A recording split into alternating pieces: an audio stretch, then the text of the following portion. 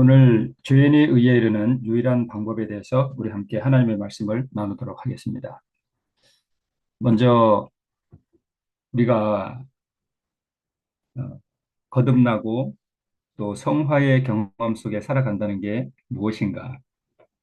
그 증거가 우리에게 어떻게 나타나는가에 대해서 우리 잠깐 한번 먼저 살펴보도록 하겠습니다. 거듭나고 우리 하나님과 걸음을 맞추어서 그 성화의 영광스러운 경험 가운데로 살아가는 사람들은 율법의 영광 앞에서 자신이 참으로 죄인 되었다는 사실에 대한 의식이 있습니다. 무가치하고 보잘것없고 또 흠이 없는 자신의 모습을 하나님의 무한하신 그 순결하심과 그 거룩하심 앞에서 절감하게 됩니다. 내 영광이 아무것도 아니요. 나의 어떤 행위도 아무것도 아니요. 내가 하나님 앞에 내세울 만한 것이 아무것도 없다라는 사실에 대해서 우리가 깊이 절감하게 됩니다. 이것이 그 사람이 거듭난 사람, 또 성화의 경험 가운데 살아가는 사람에게서 반드시 나타나야 하는 경험입니다. 두 번째 경험은 은혜에 대한 인식입니다. 내가 살아온 뒤안길을 돌아볼 때에 내 모든 발자국이 죄악으로 얼룩져 있다는 사실과 내게 선한 것이 하나도 없다라고 하는 이 사실을 절감할 때에, 그러나 오늘 나의 나된 것은 다 하나님의 은혜로 되었다는 사실을 깊이 인식하게 됩니다. 은혜가 아니면 내가 아무것도 아니요. 하나님께서 그동안 나의 생애 가운데 나를 인도해 오시고 그분의 오래 참으심과 그분의 자비하심으로 내가 오늘 여기에 서 있다는 사실, 그분이 나의 오늘 모든 필요를 공급하시고 나에게 생명을 주시고 내 코에 아직도 호흡이 있게 하신 것은 그 많은 죄악들 가운데서도 나에게 은혜 베푸신 결과라고 하는 사실에 대한 깊은 인식이 바로 거듭남을 경험하고 성화의 경험 가운데로 살아가는 사람에게서 반드시 나타나는 경험입니다. 세 번째 경험은 내 마음속에 있는 모든 악의 요소들을 하나님께 매 순간마다 드린다고 하는 것입니다. 이것이 헌신의 삶입니다. 몸과 마음과 또 나의 모든 행위까지도 하나님 앞에 전적으로 굴복된 생애, 이것이 없이는 그 사람이 거듭났다라고 볼 수 없습니다. 어떤 한 번의 자기 헌신의 경험, 이것으로 족한 것이 아닙니다. 이 사람은 매일의 경험 속에서 자기 안에 악의 요소가 충만하다는 것을 깨닫고 그것이 하나님 앞에 드러날 때마다 매 순간마다 그것을 하나님 앞에 헌신하여 드리는 사람입니다. 자신의 전적인 무가치함과 무력함, 자신의 죄인된 상태, 주로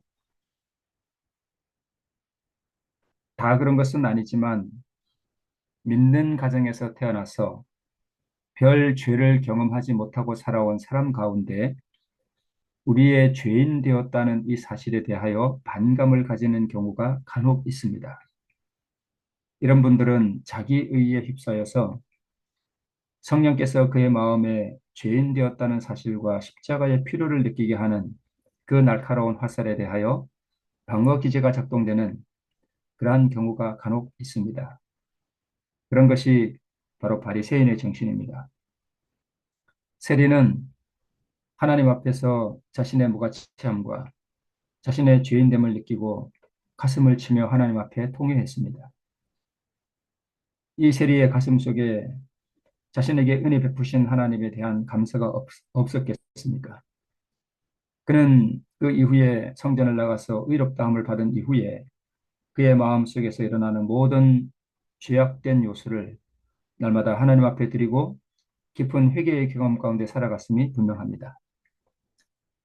만약 내가 거듭남을 경험하고 성화의 경험 가운데 살아간다면 하나님의 영광스러운 그 율법의 영광 앞에서 내 자신이 참으로 더럽고 가증하다는 사실에 대한 깊은 인식과 가슴을 치는 통회와 애통함이 있을 것이며, 그러나 그럼에도 불구하고 하나님께서 내게 일절 은혜를 베푸셨다는 사실에 대한 감사와 또 찬양이 있게 될 것입니다. 그리고 그는 하나님 앞에 날마다 자신을 헌신하여 드리는 이 세 가지 경험은 반드시 거듭남을 경험한 사람과 성화의 경험을 살아가는 사람들에게서 나타나는 경험입니다. 이러한 사람들은 어떤 황홀감이나 또는 뜨거운 경험, 그런 느낌이나 감정을 배제하고 날마다 매 순간마다 자신을 하나님 앞에 헌신하여 드리는 이 경험이 계속되게 됩니다. 이러한 자신을 쳐서 하나님 앞에 헌신하여 드리고 자신의 입술과 자신의 눈과 자신의 귀와 자신의 심령이 하나님 앞에 드려지는 이 경험이 지속되지 않는다면 그는 거듭난 사람이 아닙니다. 그래서 우리의 입술에 늘 다른 사람을 비방하거나 다른 사람의 허물을 이야기하거나 다른 사람이 나보다 더 아래라고 생각하는 사람은 하나님의 영이 그 아래 거하지 않기 때문입니다. 그래서 한 영감의 글에 많은 사람들은 그들이 행사할 특권이자 의무인 믿음을 활용하지 아니하고 믿음만이 가져다 줄 수 있는 느낌이 오기를 기다리고 있다라고 기록하고 있습니다. 느낌은 믿음이 아닙니다. 둘은 명확하게 구별이 됩니다. 믿음은 우리가 활용하는 것이나 유쾌한 느낌과 축복은 하나님께서 주시는 것입니다. 우리가 그 축복을 실감하기 전이라 할지라도 그 축복을 받는다고 믿는 그곳에 참 믿음이 있다. 약속된 축복을 받고 그것을 즐기게 될 때에 믿음은 없어지게 된다라고 기록하고 있습니다. 우리가 하나님께서 주시는 축복, 어떤 뜨거운 감동이나 어떤 느낌이 우리에게 올 때 그것을 즐기고 있을 때 더 이상 믿음을 우리가 필요로 하지 않게 됩니다. 많은 사람들은 성령이 많이 부어질 때에 큰 믿음을 갖게 되는 것이며 그들이 성령의 능력을 느끼지 못하게 되면 아무런 믿음도 가질 수 없다고 생각하는데 이것이 잘못된 것입니다. 믿음을 활용해야 할 때는 바로 이 같은 성령의 결핍을 느낄 때 바로 우리가 믿음을 활용해야 하는 순간인 것입니다. 우리의 삶 가운데 짙은 검은 구름이 우리의 마음을 뒤덮을 때 그때가 바로 산 믿음으로 그 흑암을 꿰뚫고 구름을 흩어버리게 해야 할 때라는 사실을 우리가 기억할 필요가 있습니다. 이어서 계속해서 이 거듭남과 이 성화의 경험을 살아가는 사람들에게는 그리스도의 인격과 그 의에 대한 갈망이 끊임없이 일어나게 되어 있습니다. 예수님의 그 거룩하심과 그 순결하심, 그분의 자비하신 인격을 경험했기 때문에 그 인격에 대한 사모함이 그의 가슴속에 있게 됩니다. 그리고 그 의를 더욱 목말라 하고 그것을 더욱 받고자 하는 갈망이 그의 가슴속에 있습니다. 그리고 거듭남과 이 성화의 경험을 살아가는 사람들에게는 그 마음에 하늘의 평화가 있습니다. 그리고 자기 자신이 기도나 말씀이나 혹은 찬양을 통해서 하나님과 교통하고 연결되어 있다는 사실을 경험적으로 알게 됩니다. 거기서 오는 기쁨이 있습니다. 만약 내 마음속에 이러한 것이 없다면 그는 거듭나거나 혹은 성화의 경험 가운데 있지 아니한 것이 아닌가 하는 것을 살펴볼 필요가 있습니다.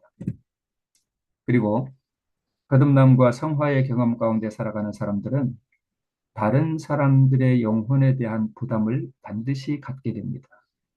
그리고 그런 사람들에게 내가 받은 생명의 빛을 나누어 주고자 하는 갈망이 생기게 됩니다.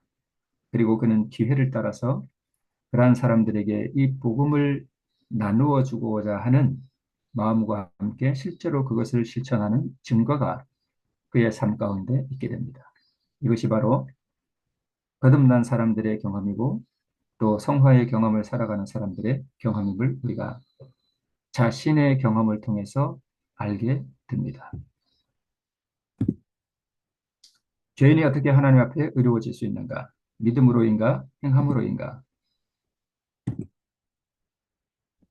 이 한 영감의 글에 보면 의란 율법에 순종하는 것이다 라고 기록하고 있습니다. 율법은 우리에게 의를 요구하는데 바로 이것을 죄인이 율법에게 빚지고 있습니다. 그러나 죄인은 그 빚을 갚을 능력이 없습니다. 그가 의에 이를 수 있는 유일한 방법은 오직 믿음을 통해서 얻는 것뿐입니다. 앞에서 거듭난 사람과 성화의 경험을 살아가는 사람들에게서 반드시 나타나는 그러한 경험들은 내가 스스로 만들어낼 수 있는 것이 아니라 그것은 하나님께서 우리에게 주시는 선물을 통하여 얻는 것뿐입니다. 믿음을 통해서 얻습니다. 믿음에 의해서 우리는 그리스도의 공로를 하나님께 가져갈 수 있으며 하나님께서는 당신의 아들의 순종하심을 죄인의 계정에 두신다. 네, 이것이 바로 믿음으로 얻는 의입니다.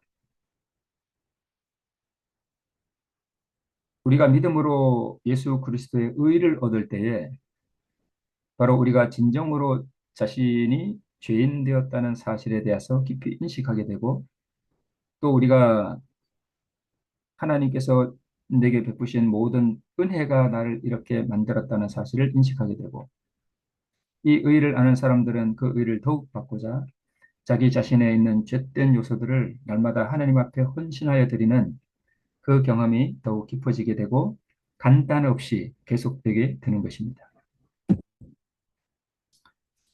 아기가 죄인인가, 죄인이 아닌가, 의인인가 하는 이러한 소모적인 논쟁이 있음을 우리가 알고 있습니다.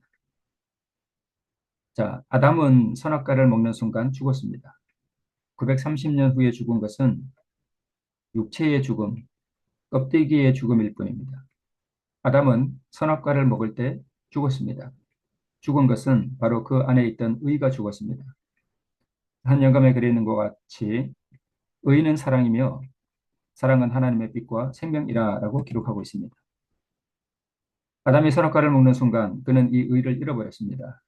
그래서 그의 아내와 함께 운명을 같이 하기 위하여 선악과를 먹은 다음에 그는 그 아내에 대한 사랑을 잃어버리고 자기가 선악과를 먹은 그 탓을 아내에게 돌렸습니다. 그는 사랑을 잃어버렸습니다. 그것이 바로 죽음입니다. 오늘 우리가 죽었다라는 뜻은 내가 내 이웃과 하나님을 사랑하지 못하는 것, 그것이 바로 죽음이라는 사실을 우리는 인식할 필요가 있습니다. 우리가 하나님께로부터 이 의를 받을 때에 우리는 하나님과 내 이웃을 사랑할 수 있게 되는 것입니다. 그는 빛을 잃어버렸습니다. 그는 의의 옷을 잃어버린 순간 그는 죽었다는 뜻입니다. 그래서 먹는 날에는 정령 죽으리라 한 것처럼 이 의를 잃어버린 자체가 바로 그 영원한 생명을 잃어버린 것입니다. 그러나 마귀는 너희가 결코 죽지 아니하리라라고 아담에게 말했습니다. 생명이 생명을 낳습니다. 생명, 이 의를 잃어버린 아담은 자신이 소유하지 못한 것을 후손에게 물려줄 수 없었습니다. 그러므로 아담의 모든 후손은 의가 없이 태어납니다. 의가 없다는 뜻은 곧 생명이 없다는 뜻입니다. 즉, 참 생명이 없는 상태로 태어납니다. 아기도 마찬가지입니다. 그러므로 아기가 죄인이냐, 죄인이 아니냐 하는 이 질문은 우리가 아무런 가치가 없는 논쟁입니다. 모든 인생은 죽었습니다. 아담 안에서.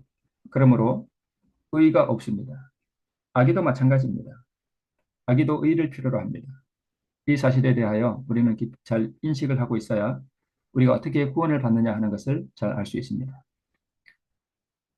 갓 태어난 아기도 곧 임종할 노인도 참 생명을 받아야만 하는 것입니다. 그것이 거듭난다는 뜻입니다. 물론 이 아기의 구원에 대해서는 하나님의 오묘에 속한 것이기는 하지만 네.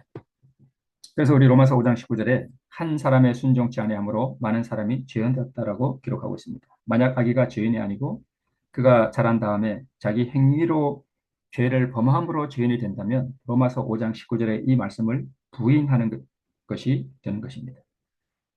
성경은 분명히 말하기를 우리가 죄인 된 것은 내가 태어나서 내가 죄를 범함으로 죄인이 된 것이 아니라 한 사람의 순종하지 아니함으로 즉 아담의 순종치 아니함으로 내가 죄인이 됐다고 말하지 나의 행위로 내가 죄인이 되었다고 말하지 않습니다.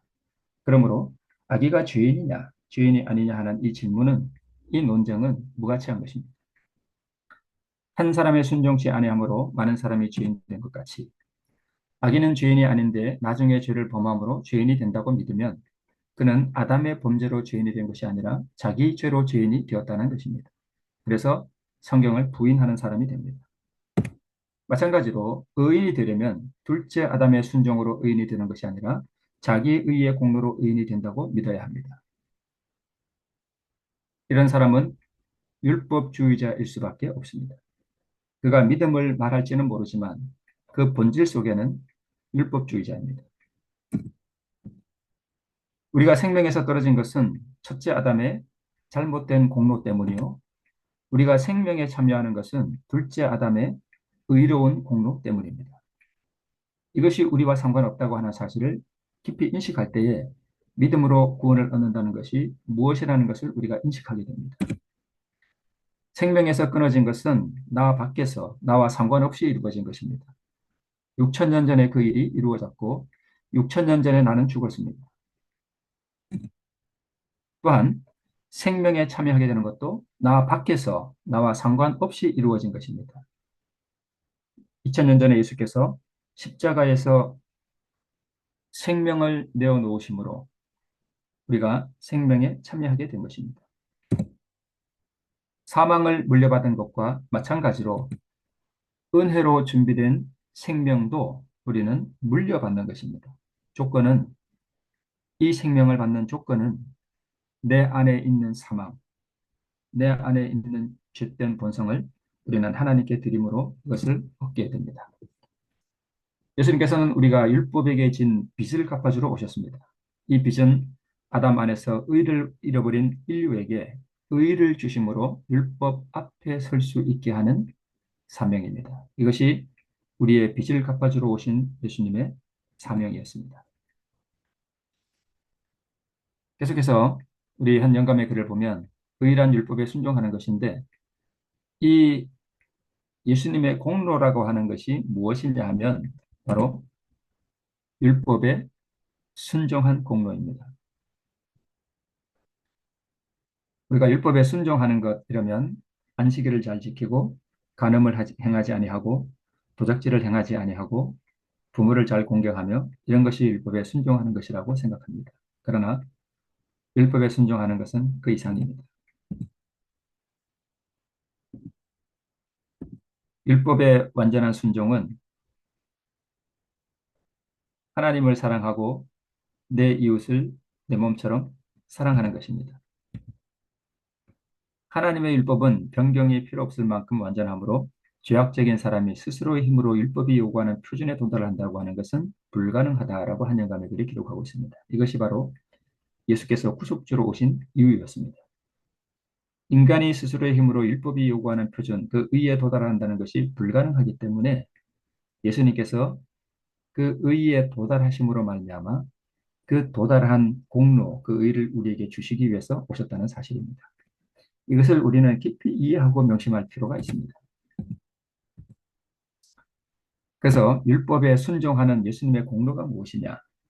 율법에 순종한다는 것은 완전한 사랑을 나타내는 것인데 요한복음 15장 13절에서는 사람이 친구를 위하여 자기 목숨을 버리면 이에서 더 큰 사랑이 없다라고 기록하고 있습니다.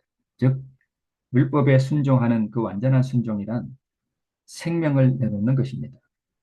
여기에 미치지 못하는 것은 율법을 순종하는 것이 아닙니다. 다른 사람을 위하여 자기의 생명을 내놓는 일. 이 생명이란 육체의 생명을 말하는 것이 아닙니다. 우리가 율법을 순종할 수 없는 이유가 무엇이냐 하면 우리가 온전한 의미에서 율법을 지킬 수 없는 이유가 무엇이냐 하면 우리는 남을 위하여 내어줄 생명이 없기 때문입니다. 이 생명을 가진 분은 예수님밖에 없습니다.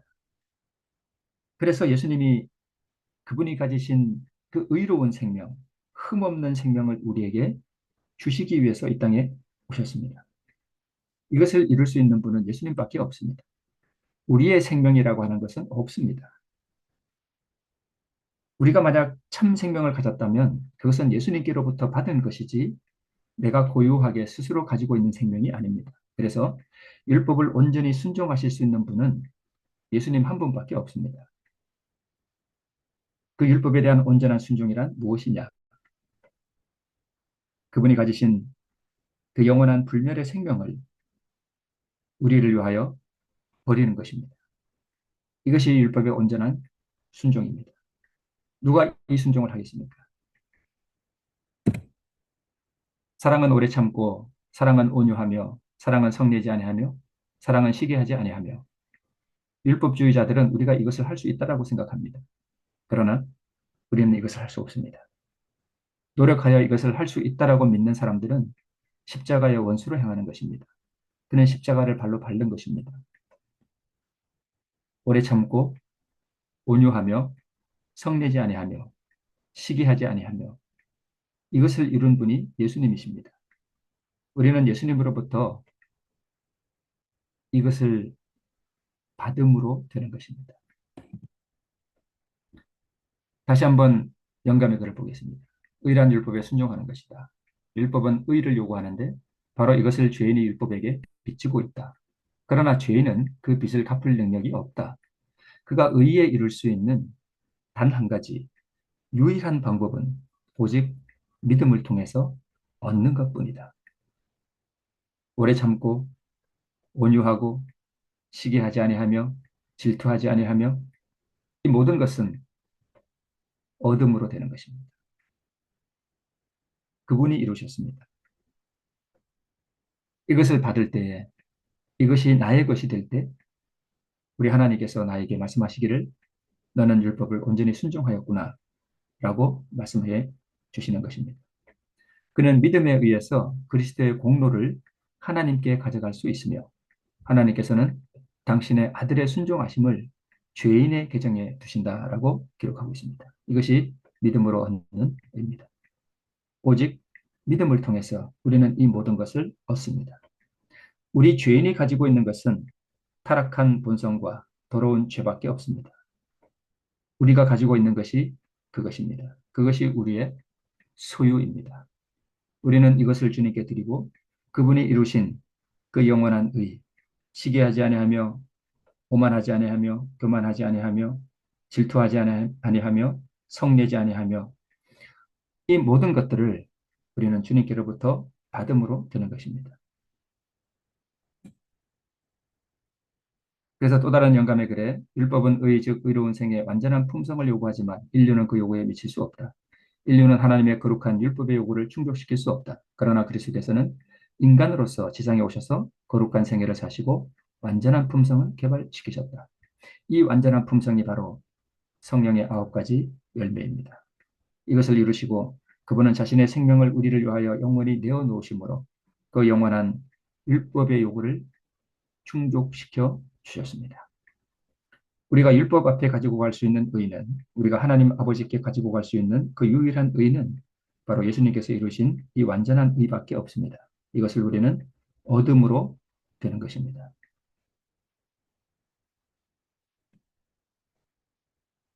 그리고 그리스도께서는 그것을 즉 의로운 생의 완전한 품성 그것을 받고자 하는 모든 자들에게 값없이 선물로 주신다라고 기록하고 있습니다.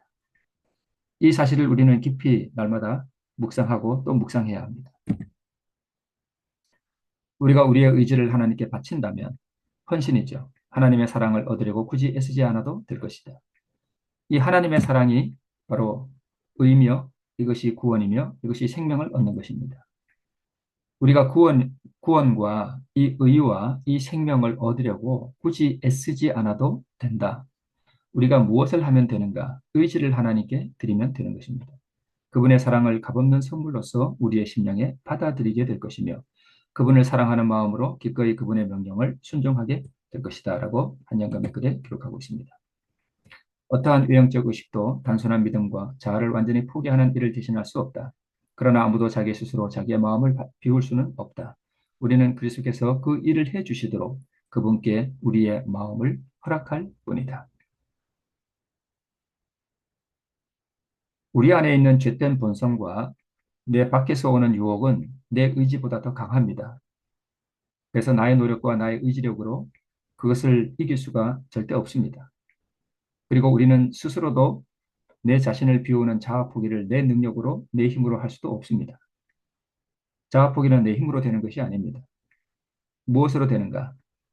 그것은 내 안에 있는 이 자아를 주님께서 가져가시도록 허락해 드릴 뿐입니다. 그러면 그분이 가져가십니다. 그리고 그분이 우리에게 의를 주십니다. 자아 포기가 내가 할 수 있다고 생각하는 순간 그것은 내 행위가 됩니다. 그렇게 할 때 우리의 심령에 다음과 같은 말이 나오게 될 것이다. 주여, 저는 제 마음을 당신께 드릴 수 없사오니. 왜 이렇게 기도할 수밖에 없는가 하면 자신의 의지로 또는 자신의 힘으로 자기 자신을 하나님 앞에 헌신하는 것이 불가능하다는 것을 깨달았기 때문에 그렇습니다. 당신이 제 마음을 취하소서. 저를 재창조하사 당신의 사랑이 저의 심령 속을 통하여 흐를 수 있는 순결하고 거룩한 분위기 속으로 저를 이끌어 올리소서라고 기도하게 됩니다. 이와 같이 자아를 포기하는 일은 그리스도인 생애를 처음 시작할 때만 할 것이 아니라 천국을 향해 걸어가는 매 발걸음마다 거듭되어야 한다라고 기록하고 있습니다. 그래서 거듭남과 성화의 경험을 살아가는 사람들은 자신이 죄인 되었고 무가치하다는 생각과 자신이 무력하다는 사실에 대하여 성령을 통하여 깊이 인식하는 사람들이며 자기가 서 있는 지금 현재 위치에서 뒤를 돌아볼 때 이 모든 것이 다 하나님의 은혜로 된 것이라는 사실을 고백하게 되고 그리고 그는 매 순간마다 앞으로 걸어가는 발걸음마다 자기 자신을 전적으로 하나님 앞에 굴복시켜드리는 이 자아를 포기하는 경험이 계속되게 되는 것입니다. 이 세 가지가 빠지면 그는 거듭난 것이 아닙니다. 그래서 거듭남과 성화의 증거들을 우리 다시 한번 살펴보고 말씀을 마치겠습니다. 율법의 영광 앞에서 죄인됨에 대한 깊은 인식이 있게 되고 자신의 무가치함과 자신이 아무것도 아니라는 사실에 대해서 깊이 경험하게 됩니다. 세례와 같이 가슴을 치며 알 수 없는 세상의 슬픔이 아닌 굳이 표현하자면 어떤 거룩한 슬픔 같은 것이 가슴 속에 있게 됩니다. 그러나 그 슬픔과 함께 내게 은혜 베푸신 하나님에 대한 감사와 찬양이 그의 가슴에 있게 됩니다. 모든 것이 은혜로다. 오늘 나의 나 된 것은 다 하나님의 은혜로다 하는 것이 우리의 감사의 기도를 통해서 또는 내가 올려드리는 비록 더럽기는 하지만 내 입술을 통해서 나오는 찬양을 통해서 우리는 이것을 표현하게 되는 것입니다. 그리고 그는 내게 은혜 베푸신 하나님, 내 인생에 선한 것이 하나도 없고 내 모든 발자국이 다 더러운 것밖에 없지만 오늘 나의 나 되게 하시고 나의 모든 필요를 공급하시며 나에게 은혜 베푸신 그분께 더욱더 내 자신을 드리고 그분의 그 무한한 순결하심과 그 거룩하심을 더욱 닮아가고 그 앞에 내 자신을 던지고자 의에 대한 갈망 가운데 더 살아가게 됩니다. 그리고 그런 사람의 마음 가운데는 평화가 있게 되고 자신이 하나님과 교통하는 것을 아는 기쁨이 그의 가슴속에 있게 됩니다. 또한 말씀드렸듯이 다른 사람들의 영혼에 대한 부담을 갖고 그들을 위하여 애통하며 그들에게 복음을 증거하는 삶을 살게 됩니다. 여기에 붉은 글씨, 어떤 거룩한 슬픔, 은혜 베푸신 하나님에 대한 찬양, 감사, 내 자신을 주님 앞에 드리는 헌신, 그분의 무한하신 순결하심에 대한 더 깊은 갈망, 마음속에 잔잔한 시냇물같이 때로 내 가슴속을 흐르는 평화, 내 자신이 하나님의 은혜와 연결되어 있다는 것을 아는 그 경험, 그리고 이것을 모르는 사람들에 대한 영혼에 대한 부담, 이런 것들이 반드시 그의 가슴에 있습니다. 이것이 거듭남과 성화에 대한 증거입니다. 오늘 이것을 얻는 방법은 오직 믿음으로 내 자신을 전적으로 하나님 앞에 헌신하여 드림으로 내 자신이 은혜 아래 잠길 때 이것을 우리가 얻을 수 있다는 사실을 우리는 알 수 있습니다. 매일마다 이 경험이 새롭게 되어야 합니다. 성령의 감화와 이끄심과 역사를 위해 우리는 기도할 필요가 있습니다. 말씀과 찬양 가운데서 매일 이 경험이 새롭게 되는 것이 우리가 매일 해야 하는 일입니다. 오늘 이 경험 가운데서 내 자신이 하나님과 교통하며 내가 하나님과 연결되어 있음을 새롭게 인식하고 경험하는 하루가 되기를 소망합니다. 기도하겠습니다. 하나님 아버지, 내 영혼이